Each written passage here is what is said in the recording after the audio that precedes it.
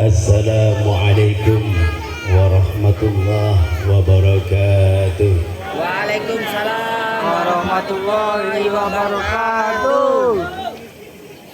Yang hadir 1000, tapi yang jawab salam cuma 100. Yang jawab salam banter semangat, kula dongaaken rezekinya tambah lancar dan berkah.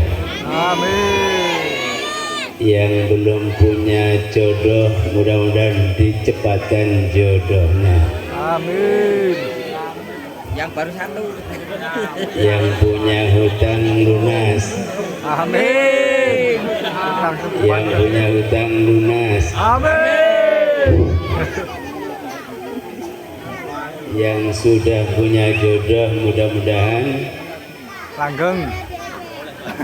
Nambah lagi. menjadi keluarga yang sakinah, mawaddah, warahmah. Amin Allahumma. Amin.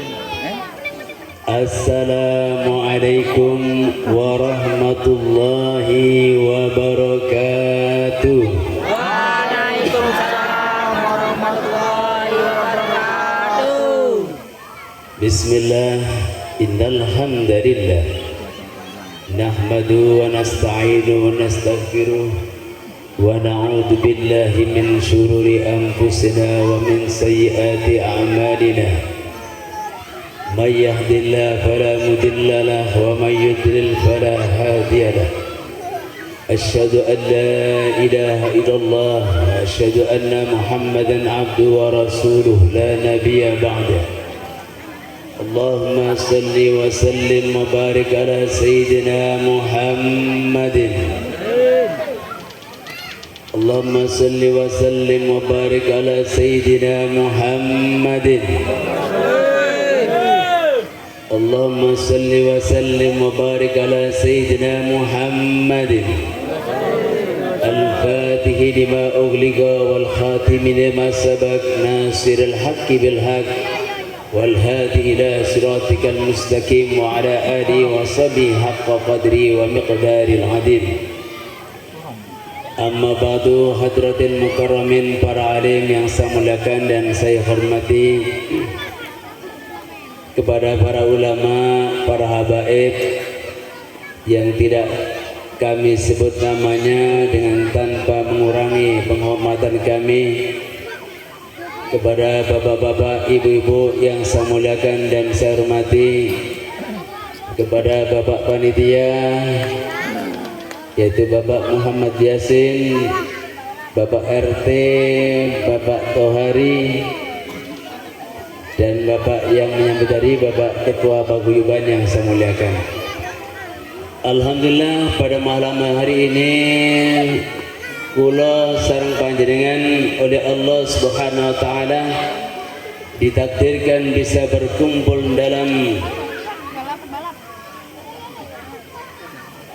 dalam Raudhah Al-Jannah, dalam taman surga. Katanya kanjeng Nabi, idza marartum bi riyadil jannah fartau. Wa qalu ma hiya riyadil jannah? Qala hilkul dzikri.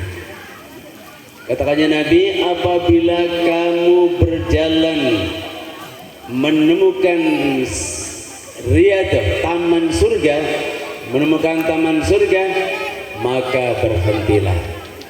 Para sahabat bertanya, apa itu taman surga ya Rasulullah? Taman surga itu adalah majlisul ilmi, majlisul dzikri, majlis seperti pengajian malam hari ini. Jadi kita sekarang ini berada di taman surga. Alhamdulillah. Bapak Ibu yang saya muliakan, sekarang kita memperingati Maulidun Nabi besar Muhammad sallallahu alaihi wasallam. Kenapa kalau Kanjeng Nabi niku yang diperingati hari lahirnya, sedangkan para ulama, para wali itu yang diperingati wafatnya atau halnya? Ada yang bisa jawab? Yang bisa jawab dapat hadiah. Apa ya? Keterangannya dalam kitab Al-Hawi, kenapa kanjeng Nabi itu yang diperingati adalah hari lahirnya. Karena kanjeng Nabi hari lahir dan wafatnya, harinya dan juga bulannya sama. Dan lahirnya kanjeng Nabi merupakan peristiwa nikmat terbesar di dunia. Wafatnya Rasulullah juga merupakan musibah terbesar di dunia. Kanjeng Nabi lahir hari Senin sebelum subuh. Setelahnya lahir banyak berhala-berhala yang jatuh bergelimpangan. Api sesembahan kaum Majusi yang bertahun-tahun tidak pernah mati, setelah lahirnya kanjeng Nabi padam atau mati. Istana Raja Kisra di Persia hancur berantakan. Itu lahirnya kanjeng Nabi.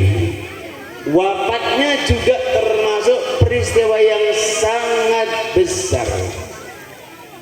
Sampai Sayyidina Umar bin Khattab, sahabat beliau yang setia, ketika mendengar ada berita bahwasanya Rasulullah SAW wafat, maka Sayyidina Umar keluar dari rumahnya menghunus pedangnya dan mengatakan, siapa yang mengatakan Muhammad wafat, akan kutebas batang lehernya.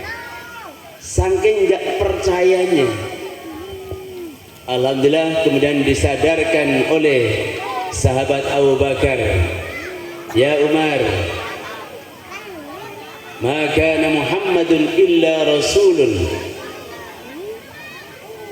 Muhammad itu tidaklah Tuhan, Muhammad itu hanyalah sebagai rasul, sebagai nabi. Maka sebagaimana nabi ataupun manusia akan wafat seperti nabi-nabi yang sebelumnya. Seakan-akan Sayyidina Umar belum pernah membaca surat yang dibacakan oleh Sayyidina Abu Bakar.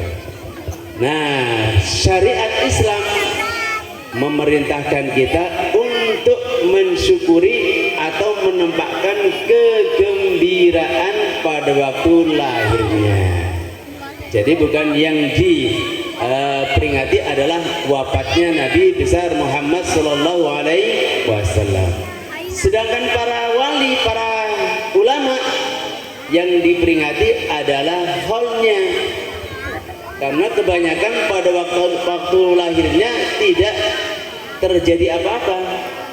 Baru ketika pada waktu wafat, seperti tanggal 11 kemarin, Romo Kiai Hamid, kita peringati haulnya. Karena kita merasa kehilangan, akhirnya diperingati hari haulnya.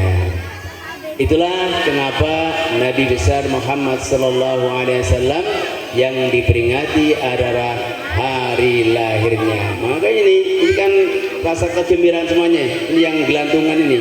Ini kan untuk menampakkan rasa syukur, rasa gembira kepada Allah Subhanahu wa Ta'ala. Bapak-bapak, ibu-ibu yang saya muliakan, Rasulullah adalah ainul wujud, adalah cikal bakal kehidupan ini. Langit ada karena Rasulullah, bumi ada karena ada Rasulullah. Seandainya Rasulullah tidak diciptakan, maka cakrawala dunia ini tidak akan ada.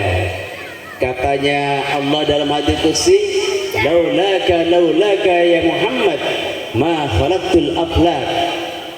Jikalau bukan karena engkau Muhammad, niscaya tidak kuciptakan cakrawala dunia ini beserta isinya. Itulah Rasulullah Sallallahu Alaihi Wasallam.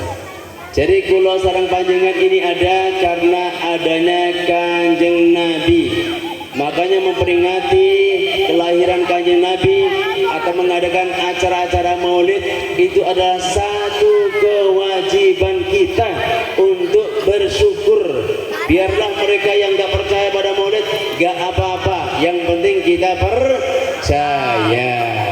Dengan percaya, insya Allah kita akan bersama Kanjeng Nabi nanti di surganya. Amin Allahumma amin. Bapak Ibu yang berbahagia, Rasulullah diutus ke dunia ini untuk apa? Adalah untuk memperbaiki akhlak, bukan untuk menjadikan umatnya menjadi umat yang kaya raya, bukan untuk menjadikan umatnya alim pintar, bukan, tapi untuk menciptakan, untuk menjadikan umatnya menjadi orang-orang yang berakhlakul karimah. Dalam acara Maulid Nabi ini kita harus bisa mencontoh, walaupun tidak semuanya, paling tidak kita bisa mencontoh hal-hal yang bisa ditauladankan oleh Nabi besar Muhammad SAW. Kanjeng Nabi ini sangat mulia, terutama akhlaknya. Pernah pada suatu saat Abu Bakar radhiyallahu an datang kepada putrinya yaitu Aisyah. Setelahnya Kanjeng Nabi wafat, "Ya Aisyah, apa yang belum saya kerjakan yang dicontohkan oleh Nabi?" Jawabnya Siti Aisyah, "Wahai abahku, wahai Abu Bakar, kamu sudah melakukan dan mencontoh semua apa yang dilakukan oleh Kanjeng Nabi, kecuali satu yang belum." Apa? Katakan. Yaitu Nabi SAW setiap hari memberi makan terhadap orang Yahudi yang ada di pojok jalan perempatan. Baik, kalau gitu besok saya lakukan. Padahal orang Yahudi ini setiap hari, orang Yahudi pengemis buta, setiap hari ngomong, "Hai masyarakat Quraisy, kamu jangan dekat-dekat Muhammad. Muhammad itu adalah tukang sihir, Muhammad tukang tenun. Kalau kamu dekat-dekat, pasti kamu akan terpengaruh oleh Muhammad." Setiap hari seperti itu. Padahal waktu masih hidupnya Rasulullah mendulang terhadap Yahudi buta tersebut. Dulang dengan, dan orang buta itu, orang Yahudi nggak tahu kalau yang dulang, yang memberi makan itu adalah Nabi besar Muhammad SAW. Setelahnya wafat diganti Abu Bakar. Ternyata Abu Bakar memberikan suapan nasi oleh Yahudi yang buta tadi itu, ditampel. Tidak mau. Kamu bukan orang seperti yang biasanya. Kamu kasar. Padahal orang sebelum kamu adalah orang yang berbuat halus, menyuapin nasi pada saya. Siapa kamu? Katanya pengemis buta tadi itu. Saya Abu Bakar.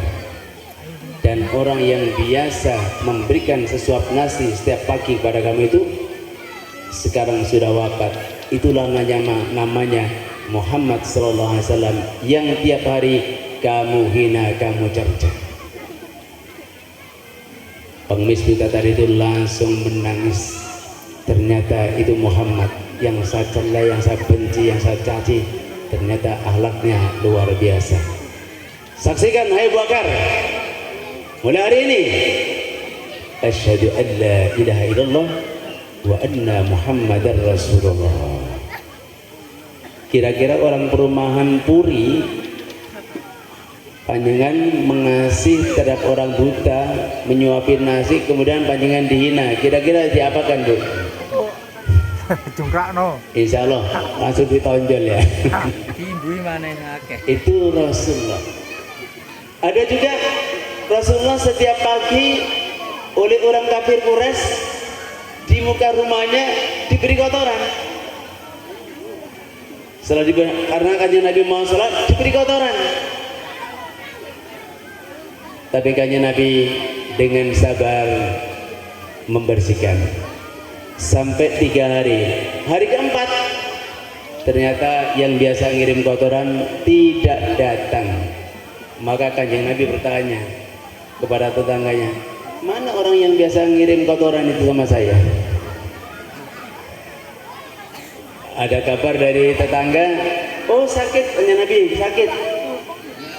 Dan ternyata Rasulullah adalah orang yang pertama kali nyambangin orang yang menyakiti setiap pagi. Setelah datang, Assalamualaikum, Waalaikumsalam. Ada apa Muhammad? Kamu mau membalas ya? Bukan. Saya dengar kamu sedang sakit. Saya doakan mudah-mudahan engkau segera sembuh.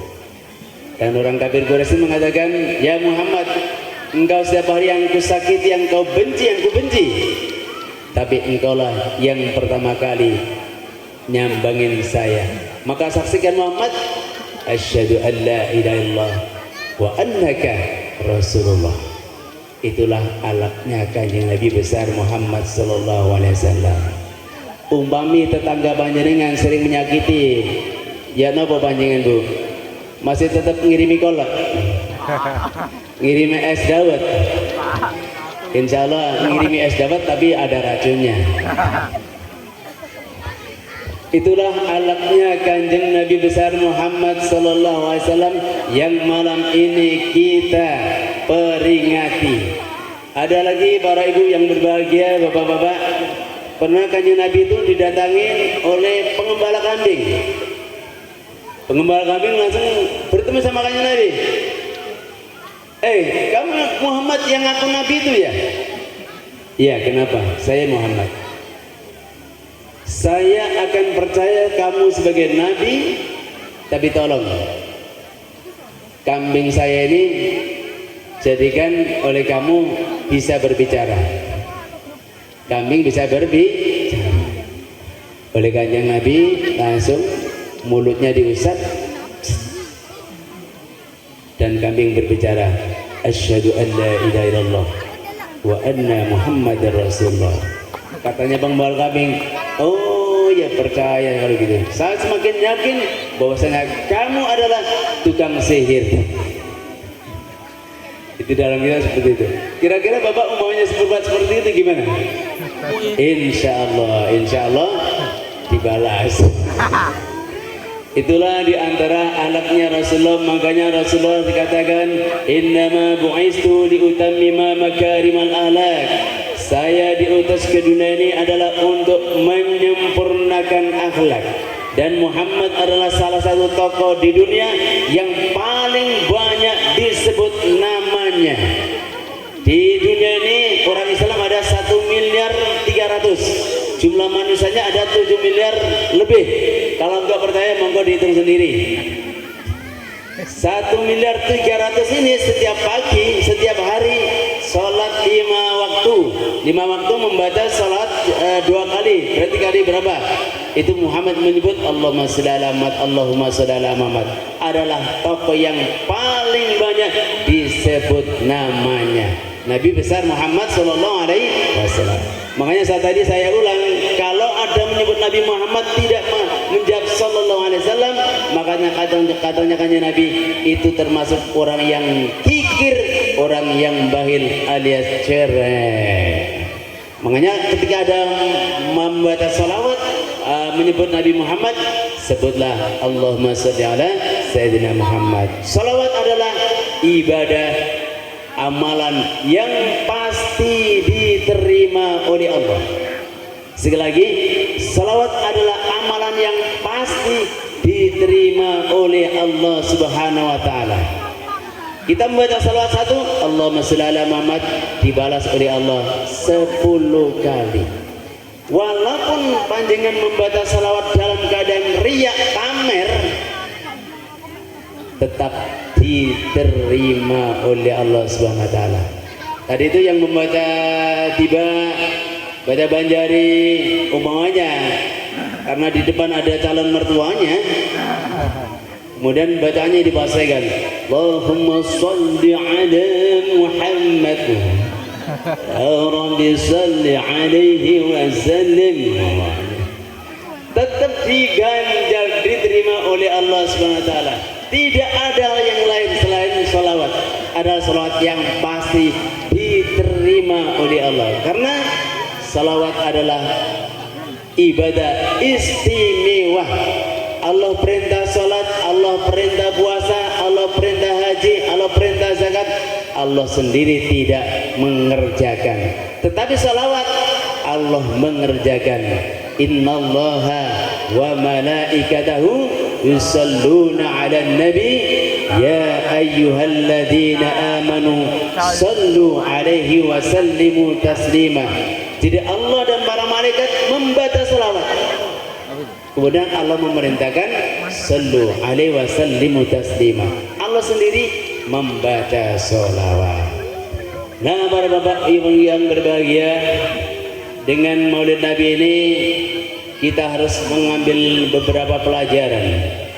Artinya para nabi termasuk Nabi besar Muhammad SAW saja wafat, apalagi kita. 100 tahun yang lalu kita nggak ada, dan 100 tahun yang akan datang kita pun tidak ada. Sekali lagi, 100 tahun yang lalu kita tidak ada. Ada yang umurnya 100 tahun? Dan 100 tahun yang akan datang kita tidak ada. Yang bapak yang umur 50 tahun, kalau jatahnya 60 tinggal 10. Yang sudah 70, kalau jatahnya masih 100, kurang 30.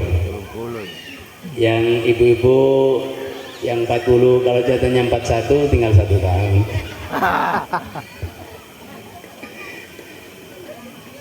Jangan bangga dengan masa muda, karena syaratnya mati tidak harus tua. Jangan bangga dengan kesehatan, karena syaratnya mati tidak harus sakit. Jangan bangga dengan kecantikannya, karena syaratnya mati tidak harus jelek dulu. Semuanya mati. Artinya 100 tahun yang lalu kita nggak ada, 100 tahun yang akan datang kita nggak ada, berarti kematian pasti akan menjemput kita. Katanya dari gitu, apa itu? Orang kaya mati, orang miskin Mati. Raja-raja Mati. rakyat biasa, Mati. yang cantik, Mati. yang jelek, Mati. santri-santri, Mati. kiai, Mati. masuk kiai mati kiai wafat.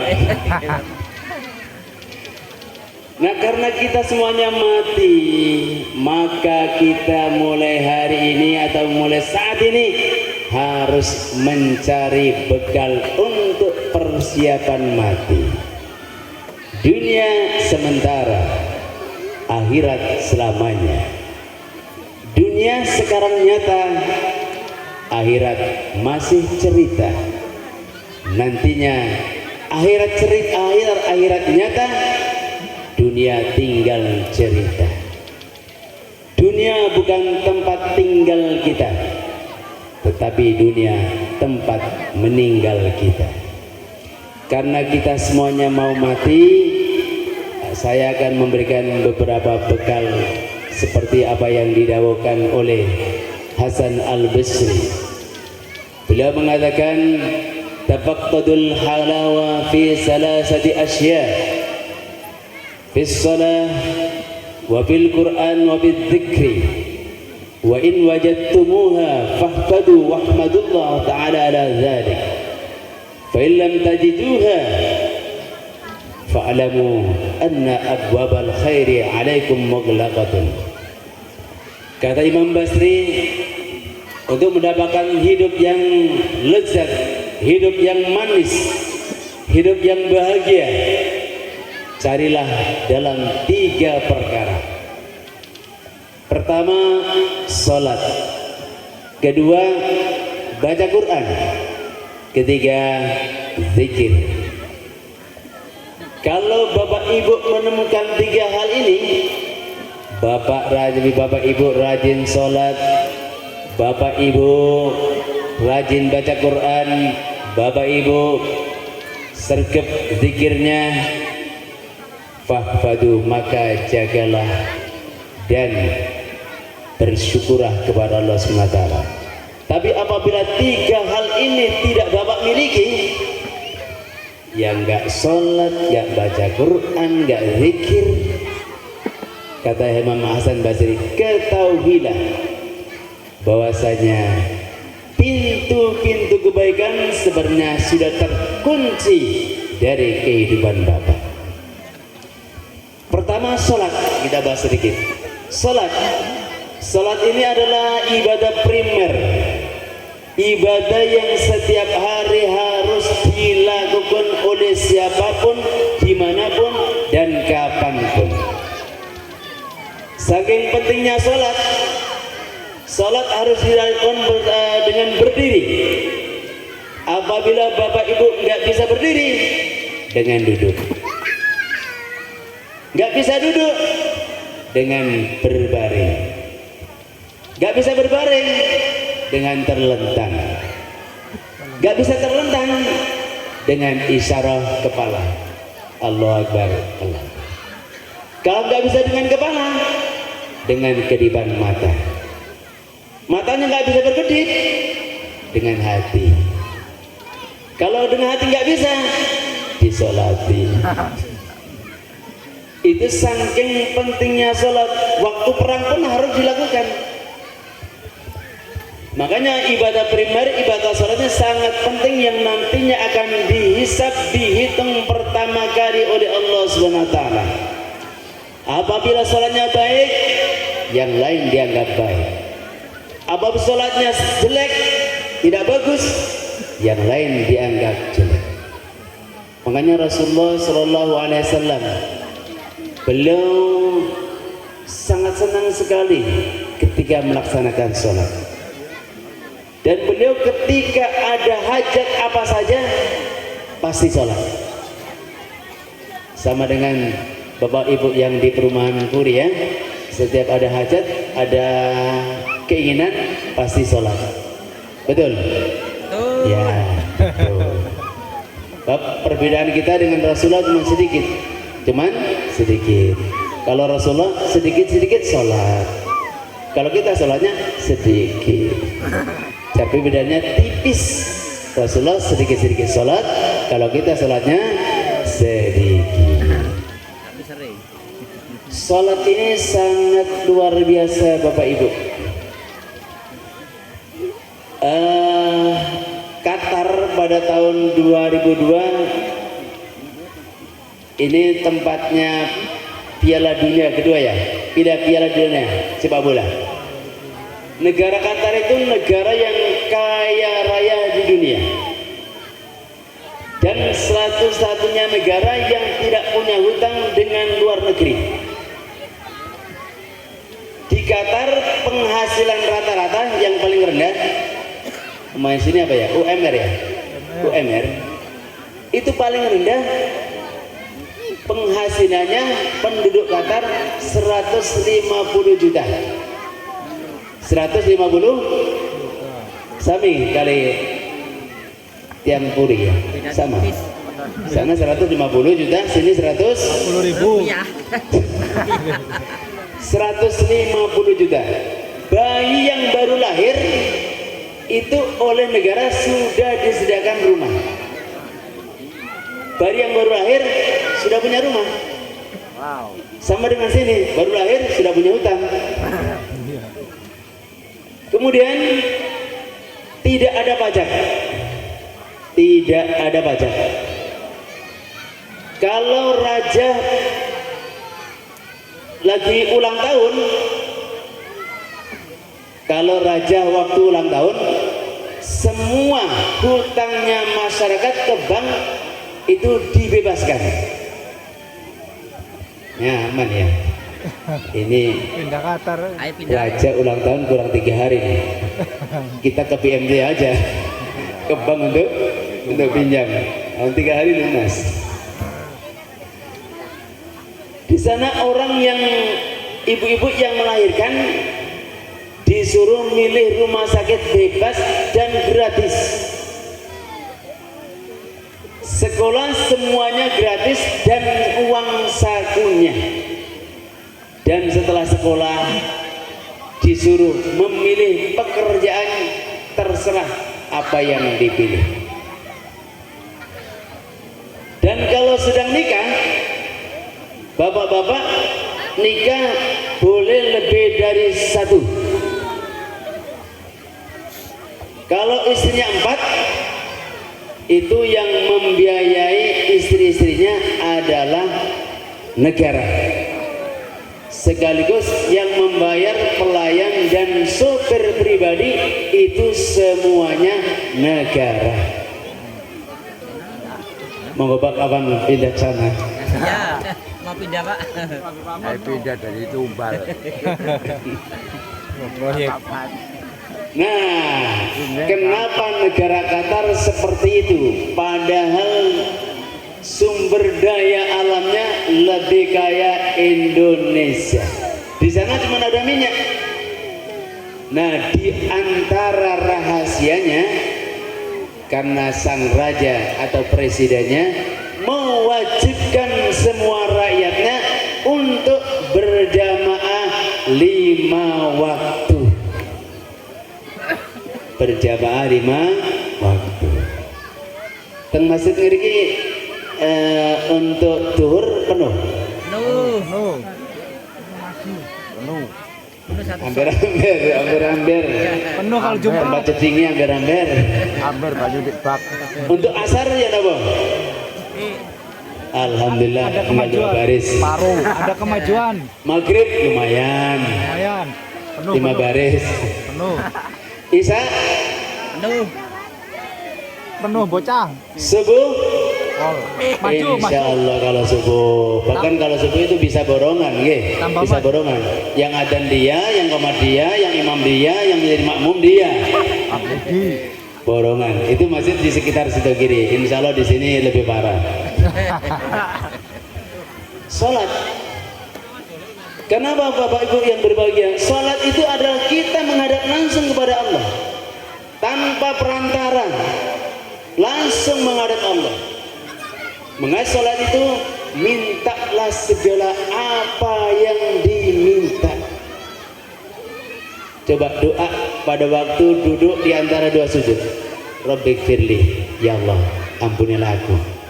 Warhamni, kasihani anakku. Warhamni, wajburni, tambahlah semua kekurangan. Wajburni, warfa'ni, angkatlah. Warfa'ni, warzuqni, kasihlah kami rezeki. Warzuqni, wahdini, tunjukkanlah. Wahdini, wa'afini, wa'afwani. Lengkap sholat itu. Sholat itu lengkap, cuman kadang-kadang mohon maaf, sholat ini adalah sesuatu yang paling ringan untuk ditinggalkan. Betul apa betul? Betul apa betul? Apalagi ibu-ibu kalau ada waktu ada manten, sudah pakai wedaknya 1 meter, sudah tebal, kemudian kenal adzan, dengar adzan gimana? Alhamdulillah. Bapak yang berbahagia, adzan itu yang memanggil Allah. Allahu Akbar, Allahu Akbar. Itu sebenarnya yang memanggil Allah, bukan tukang adzan. Yang manggil itu adalah Allah yang memberi kita semuanya. Yang memberi kita semuanya. Bapak Ibu mungkin nggak pernah menghayati nikmat yang berupa napas ini. Napas. Nikmat apa nikmat? Nah, Nikmat. Coba panjenengan napasnya dikurangi atau dihentikan 10 menit saja. Yang asalnya Al-Mukarram Bapak Tohari menjadi Al-Marhum Tohari.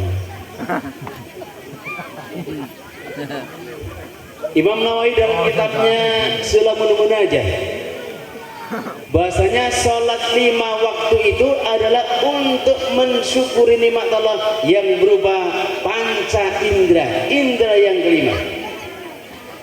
Kenapa sholat subuh itu 2 rakaat? Karena sholat 2 rakaat itu untuk mensyukuri nikmat Allah yang berupa indera peraba. Indera peraba ini bisa merasakan kasar, ini kasar,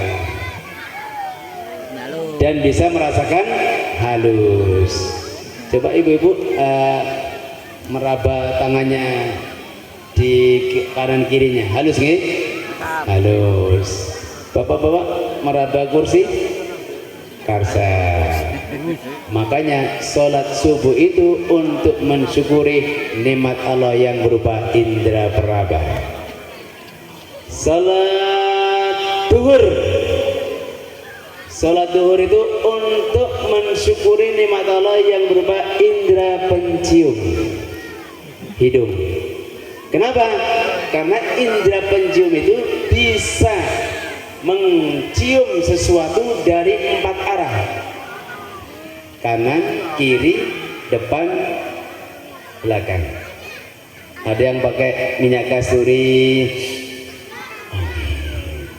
sana ada minyak abon, di sana ada yang kentut tiut. Minyak mesil itu. Alhamdulillah. Kentut minyak Di belakang mesil. ada yang bakar sate, Minyak silit. bisa kita cium. Itu sholat duhur. Jadi kita mengerjakan sholat duhur itu mensyukuri nikmat Allah yang berupa indera pencium. Saya tanya sama ibu-ibu dan bapak-bapak, apakah bapak pernah setelahnya sholat, alhamdulillah ya Allah, indera pencium saya masih normal ya Allah? Pernah bu? Enggak. Pernah bu? Enggak. Coba panjenengan ketika pilek bisa merasakan? Rasakan. Duhur indra pencium. Kemudian asar berapa rakaat? 4. Asar 4 rakaat untuk mensyukuri nikmat Allah yang berupa indra pendengar. Karena indra pendengar juga bisa mendengarkan dari 4 arah: depan, belakang, kanan, kiri. Kanan ada yang bersalatan, ya Rabbi salli ala Muhammad, ya Rabbi salli alaihi wasallim. Dengar ya. Sekarang yang depan panjangan ada yang nyanyi. Nyanyi apa? Bila kamu di sisiku, hati rasa sedih. Duduk dikit. Dengar, Bu. Kepang. Dengar dari anak. Dari sana ada yang nyanyi juga. Oh andanya Dari gua hantu. kau dapat ku miliki, tak mungkin lagi ku lepaskan. Tenang dah. Dengar ge?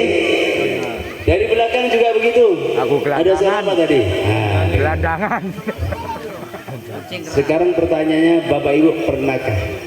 Ya Allah, alhamdulillah pendengaran saya ya Allah masih Engkau sempurnakan, masih Engkau fungsikan. Pernah Bu? Belum. Nah, dengan sholat asar sekaligus panjangan mensyukuri nikmat pendengar. Oh. Setelahnya asar apa? Maghrib. Maghrib. Berapa rakaat? 3. 3 rakaat. Maghrib ini untuk mensyukuri nikmat Allah yang berupa indera penglihatan. Karena indera penglihatan hanya bisa melihat 3 arah: depan, kanan, kiri. Belakang nggak bisa, Balik. kecuali ada spionnya. Kecuali ada spionnya. Kayak spion lemari. Itu sholat maghrib. Maghrib apalagi? Terakhir isya. Isya untuk mensyukuri nikmat Allah indra perasa. Karena indra perasa ini bisa merasakan manis, pahit, panas, dingin. Api itu panas apa enggak? Ada korek? Nah, dicoba aja. Sekarang pertanyaan sekali lagi, Bapak Ibu pernahkah mensyukuri nikmat Allah yang berupa indera perasa? Insya Allah tidak. Jadi kalau nikmat Allah SWT ini banyak sekali. Laqad khalaqnal insana fi ahsani taqwim. telah kuciptakan manusia dalam bentuk yang paling sempurna. Ya panjenengan seperti ini, ya itu yang sempurnanya. Makanya berbeda-beda. Udah. Saya seperti ini ya sempurna, panjenengannya seperti itu ya sempurna. Sempurna. Justru umpamanya ada kelebihan menjadi kekurangan. Ibu diberi mata 3, mau? Kan diberi kelebihan kan 3, kok nggak sama dengan yang lain? Menjadi keku. Jari-jarinya ibu 5, panjang sendiri 7. Kekurangan. Bu, Pak, panjang bisa seperti ini. Nikmat apa enggak? Tapi enggak pernah dihayati. Kalau panjang gini toh, gimana mau makan? Apalagi ini bisa begini, gini terus. Panjangan tangannya dibikin sama, itu nikmat. Kalau panjangnya satunya dibikin 1 meter, tangan panjang, justru kelebihannya menjadi kekurangan. Jadi kalau Bapak Ibu ingin hidupnya tenang, ingin hidupnya damai dan aman, pertama harus sholat 5 waktu. Ini ada saran kepada Pak RT, Pak Ketua Paguyuban, ada saran. Kalau bisa sholat subuh berjamaah bersama. Di RT berapa ini? RT berapa ini? Di RT 7. Coba sholat subuh berjamaah dipenuhi musolanya. Dibikin undangan berarti, dibikin undangan. DKM. Kepada yang terhormat Pak Ardi, Pak Abdullah, nanti sholat subuh di musola. Sholat subuh di musola. Diberi undangan. Lakukan 40 hari saja. 40 hari saja.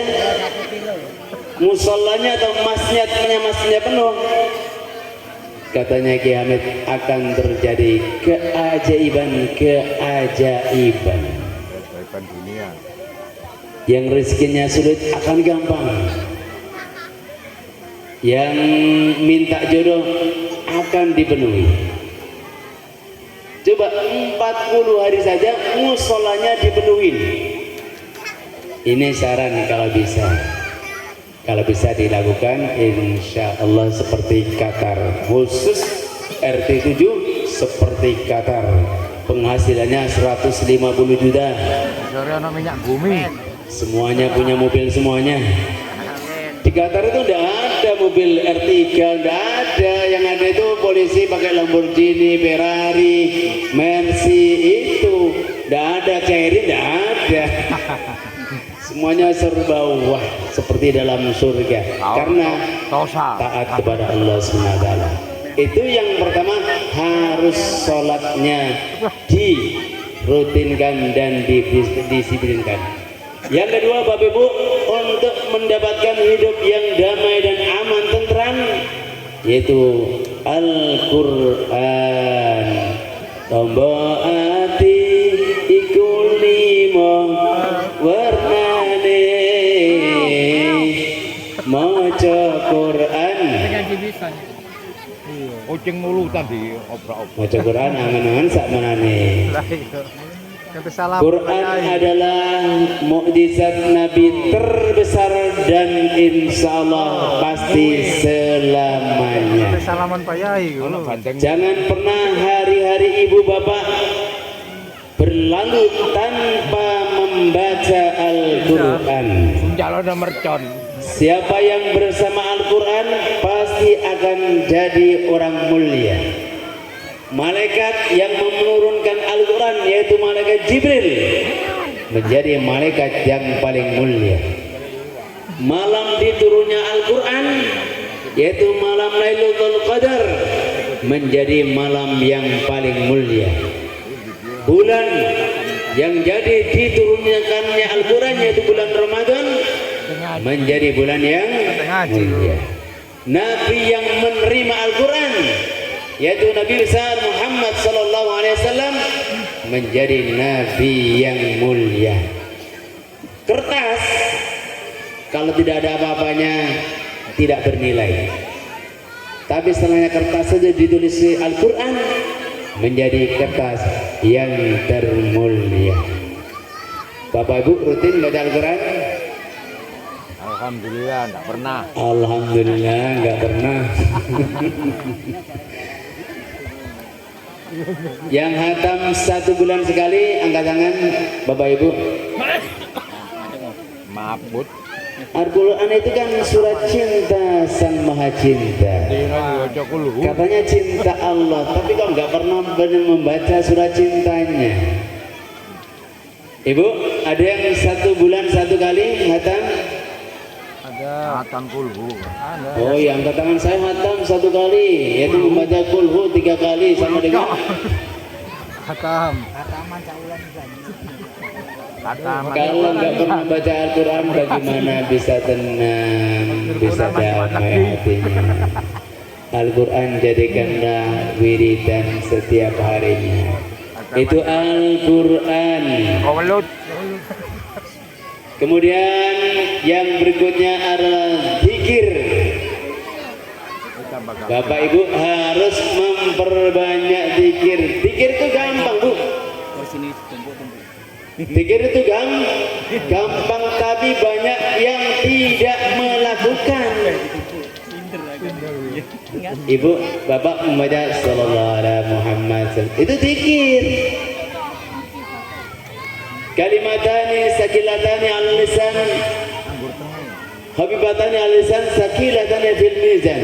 Ada 2 kalimat yang sangat enteng di mulut tapi sangat berat di timbangan. Ya subhanallah wa bihamdi subhanallahil azim. Gitu aja. La haula wala quwwata illa billah. Astagfirullah. Itu pikir-pikir ringan tapi luar biasa. Luar biasa khasiatnya. Aja sekali lagi, jadi untuk mencapai hidup yang manis dan yang tenang, Bapak Ibu harus melakukan 3 hal. Yang pertama, salat. 2, Al-Quran. 3, Zikir. yaitu zikir. Ada cerita pada masa Nabi besar Muhammad SAW, namanya Sya'ban.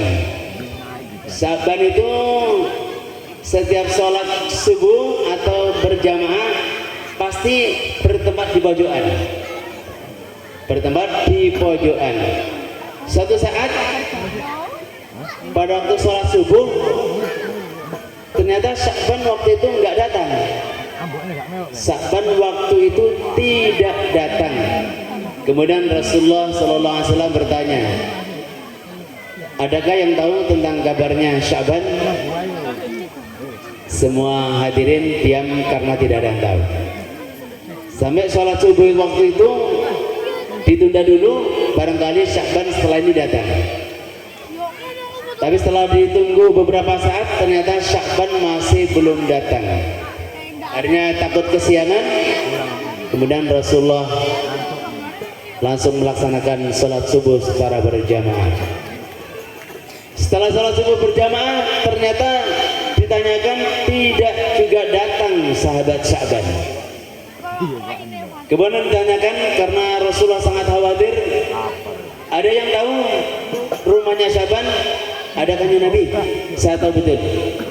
Tolong saya antarkan ke rumahnya Sya'ban. Nah setelah sholat subuh Rasulullah beserta sahabat menuju ke rumahnya Sya'ban. Dalam perjalanan sekitar 3 jam dari subuh sampai sholat duha. Kemudian sampai ke rumahnya Sya'ban. Assalamualaikum. Waalaikumsalam. Dan keluarlah seorang wanita dari rumah tersebut. Ini benar rumahnya Sya'ban? Betul. Saya istrinya. Katanya kan yang Nabi, bolehkah pecinta Nabi ini ikut maulid? Abu Hurairah. Bolehkah saya ketemu Sya'ban? Katanya kanjeng Nabi kepada istrinya, mohon maaf kanjeng Nabi, Sya'ban telah wafat tadi pagi. Sya'ban telah wafat tadi pagi. Inna lillahi wa inna ilaihi rajiun, katanya kanjeng Nabi dan para sahabat. Katanya istrinya, tapi gini kanjeng Nabi, ketika sakaratul maut ada kata-kata yang aneh kami tidak mengerti. Apa itu? Sya'ban ketika mau meninggal dunia ada mengucapkan 3 hal. Bilangnya, aduh, kok tidak lebih jauh ya. Berikutnya, aduh, kok tidak yang baik saja ya. Aduh, kok tidak semuanya. Itu apa maksudnya? Kemudian Rasulullah menjawab, itulah orang baik ketika mau meninggal diputarkan film-film. Artinya sebenarnya seandainya pahala-pahala ganjaran-ganjaran itu ditampakkan, maka tidak ada manusia malas. Contohnya di sini musola apa? Nurul Iman.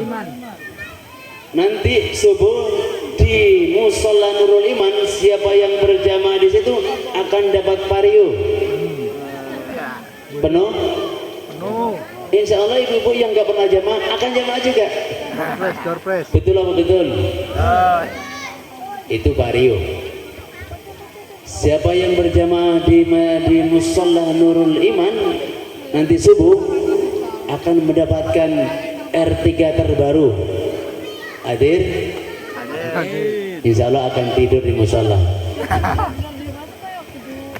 Siapa yang berjamaah di musola Nurul Iman akan dapat Mercy. Hadir? Insya Allah. Katanya kanjeng Nabi, raqatul fajri khairum minad dunya wa ma fiha. 2 rakaat, salat 2 rakaat sebelum subuh itu lebih baik daripada dunia dan seisinya. Apa vario? Apa Cherry? Apa Mercy? Apa Lamborghini? Tidak ada apa-apanya. Tapi karena nggak tampak, banyak yang malas. Tadi itu Sya'ban, aduh, kok nggak lebih jauh ya? Ternyata perjalanan rumah Sya'ban ke masjid itu kan perjalanan 3 jam. Perjalanan 3 jam setiap pagi. Sya'ban sholat di masjid menempuh jalan 3 jam. Mohon maaf, kadang-kadang orang yang dekat masjid tidak pernah datang ke masjid. Betul lah, betul. Ini perjalanan 3 jam. Sudah tua, males. Sya'ban diberitahukan ganjarannya, pahalanya jalan menuju masjid 3 jam itu sangat luar biasa. Dia minta, aduh, kok nggak lebih jauh lagi ya? Kenapa nggak berjalan 5 jam, 10 jam menuju masjid, biar saya mendapatkan pahala yang lebih indah daripada itu. Itu yang dimaksud, aduh, kok nggak lebih jauh ya? Kedua, katakannya Nabi, aduh, kenapa kok yang lebih bagus saja ya? Ceritanya begini, Sya'ban pada waktu saat mau berjamaah ke masjid, ternyata hawanya sangat dingin sekali. Sehingga Sya'ban pada waktu itu karena keluar rumah sangat dingin, kemudian membawa atau memakai pakaian 2. Yang di dalam pakaian yang bagus, yang di luar agak jelek. Nah, di tengah perjalanan mendapatkan seorang kedinginan, sangat kedinginan, sehingga diambil oleh Sya'ban. Kemudian baju yang luar tadi itu diberikan pada orang yang kedinginan, kemudian digotong sampai masjid untuk berjamaah. Nah, pahalanya memberikan baju yang jelek itu saja sangat luar biasa. Katanya sahabat, aduh, kenapa kok enggak yang bagus saja ya? Seandainya yang bagus yang diberikan, pahalanya sungguh sangat luar biasa. Yang ketiga, aduh, kok enggak semuanya ya? Ternyata katanya kanjeng Nabi, pernah suatu saat Sya'ban itu mau sarapan pagi-pagi roti dengan susu. Baru rotinya dicelupkan ke susu, ternyata ada pengemis yang kelaparan, minta dikasih roti. Akhirnya rotinya dibelah menjadi dua, susunya dibelah menjadi dua, akhirnya roti satu dimakan berdua sama-sama. Nah, memberikan separuh itu aja sudah sangat luar biasa pahalanya. Apalagi memberikan, makanya bilang, aduh, kok enggak semuanya ya saya berikan. Itulah Bapak, apabila pahala-pahala itu diterlihatkan kepada kita, insya Allah kita semuanya cakang bin giat dan tidak malas. Makanya dengan peringatan Maulid Nabi besar Muhammad SAW ini, ayo kita teladani semua apa yang diberikan oleh Rasulullah, semua yang diberikan oleh para sahabat Rasulullah, agar kita mendapatkan barakahnya, mendapatkan syafaatnya. Terutama Bu, sedekah subuh. Tadi itu kalau mau dilaksanakan, saran tadi itu untuk musola dipenuhi selama 40 hari, bawalah sedekah subuh atau bawa celengan di rumahnya dan sebagainya, terserah. Gak usah banyak-banyak, ada celengan. Pokok dibiasakan sedekah subuhnya 500 rupiah, nggak apa-apa, 1000 rupiah, dengan niatan nanti kalau banyak akan saya berikan anak yatim, kalau banyak akan saya berikan ke masjid dan sebagainya. Itu sangat luar biasa, karena setiap pagi itu malaikat ini berdoa, Allahumma ati mumfikan khalafa wa ati mumsikan talafa. Ya Allah, siapa yang sedekah pagi, malaikat berdoa, siapa yang sedekah pagi, gantilah dengan ganti yang berlipat ganda, dan bagi yang tidak bersedekah, jadikanlah hartanya tidak bermanfaat, tidak berbarokah. Itu setiap pagi. Nah, kalau malaikat yang berdoa itu pasti diterima. Ada sahabat yang gagal menjadi miskin, ingin jadi miskin tapi nggak miskin-miskin. Pernah suatu saat Sayyidina Aisyah itu mengatakan bahwasanya nanti Abdurrahman bin Auf, sahabat yang sudah dijamin masuk surga, sahabat Abdurrahman bin Auf itu nanti masuk surganya ngesot, jalannya merangkak karena terlalu banyak uangnya, karena kaya raya.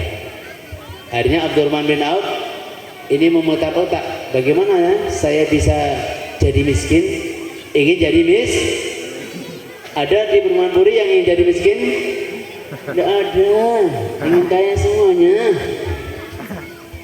Kalau ingin kaya harus banyak sedekah. Akhirnya pada waktu ada perang Tabuk, sahabat Abdurrahman bin Auf ini ingin jadi miskin karena mendengar dawuhnya Rasulullah yang disampaikan oleh Aisyah tadi itu. Nah, pada waktu setelah perang Tabuk, ternyata pertanian kurma orang Madinah ini semuanya bosok semuanya, alias tidak hasil, sehingga orang Madinah, penduduk Madinah, para petani kurma ini semuanya susah. Akhirnya Abdurrahman bin Auf, wah ini kesempatan ini kesempatan untuk jadi miskin. Akhirnya kurma yang bosok tadi, yang busuk, oleh Abdurrahman bin Auf langsung diborong dan hartanya semuanya habis. Alhamdulillah saya jadi miskin, katanya Abdurrahman bin Auf. Tapi setelah itu, setelah seminggu berikutnya, ada utusan dari Yaman, ada utusan dari Raja Yaman pergi ke Madinah ingin mencari kurma busuk, karena di Yaman terjadi wabah penyakit, yang wabah penyakit itu tidak bisa disembuhkan kecuali dengan kurma busuk. Kecuali dengan kurma busuk. Akhirnya tanya, katanya di Madinah ada kurma busuk, siapa yang punya? Ditunjukkan, yang punya adalah Abdurrahman bin Auf. Tunjukkan saya, di mana Abdurrahman bin Auf? Akan saya beli 10 kali lipat. Akan saya beli 10 kali lipat. Karena sedekah gagal jadi miskin. Yang tadi belinya kurma busuk 1 miliar dibeli 10 miliar. Jadi tidak ada ceritanya orang yang bangkrut, orang yang jatuh miskin karena sedekah. Justru karena sedekah itulah kita akan menjadi kaya raya. Bersedekahlah, jangan menunggu kaya raya. Justru dengan bersedekah akan menjadi kaya raya. Ada lagi seorang syekh yang kaya raya, matur kepada salah satu syekh juga, "Syekh, saya ini kaya raya, uang saya banyak sekali. Gimana ini? Saya pusing ini. Pusing, uang banyak, nggak punya hutang." Kira-kira di Buri ada yang begitu ya? Saya ini pusing, uangnya banyak tapi nggak punya hutang. Ada nggak? Kayaknya ada semuanya kayaknya. Ayo sedekahkan. Loh, sudah saya sedekahkan, sudah saya sedekahkan, tapi tetap aja masih banyak. Oh gini. Katanya saya yang satunya gini. Besok ini kan hari Jumat. Hari Jumat biasanya raja ini Jumatan di masjid. Itu biasanya kan pakai mahkota. Nah, pakai mahkota apa mahkota itu? Kuluk ya, pakai ya mahkota. Apa mahkota itu? Nah, mahkota itu nanti setelah salam sampai jatuhkan. Nah, kalau sampai mau berani menjatuhkan mahkotanya raja, maka sampai akan ditangkap oleh pengawal-pengawalnya. Nah, setelah ditangkap oleh pengawalnya, sampai akan dipenjara. Nah, dengan dipenjara, sampai akan jadi miskin. Oh iya, masuk akal. Oke bos, besok saya lakukan. Sudah hari Jumat, dia berkata, saya kaya raya ini berbaris dengan sang raja di sampingnya. Nah, setelahnya salam, kemudian mahkotanya dijatuhkan, langsung dipegang oleh para pengawalnya. Tapi sang raja, jangan. Loh, kenapa raja? Nah, dia justru menyelamatkan saya. Sebab di mahkota saya itu ada kalajengking yang akan membunuh saya. Nah, karena dia menyelamatkan saya, maka separuh harta kekayaan saya berikan kepada saya ini. Ingin jadi miskin dapat menjadi kaya karena sedekah.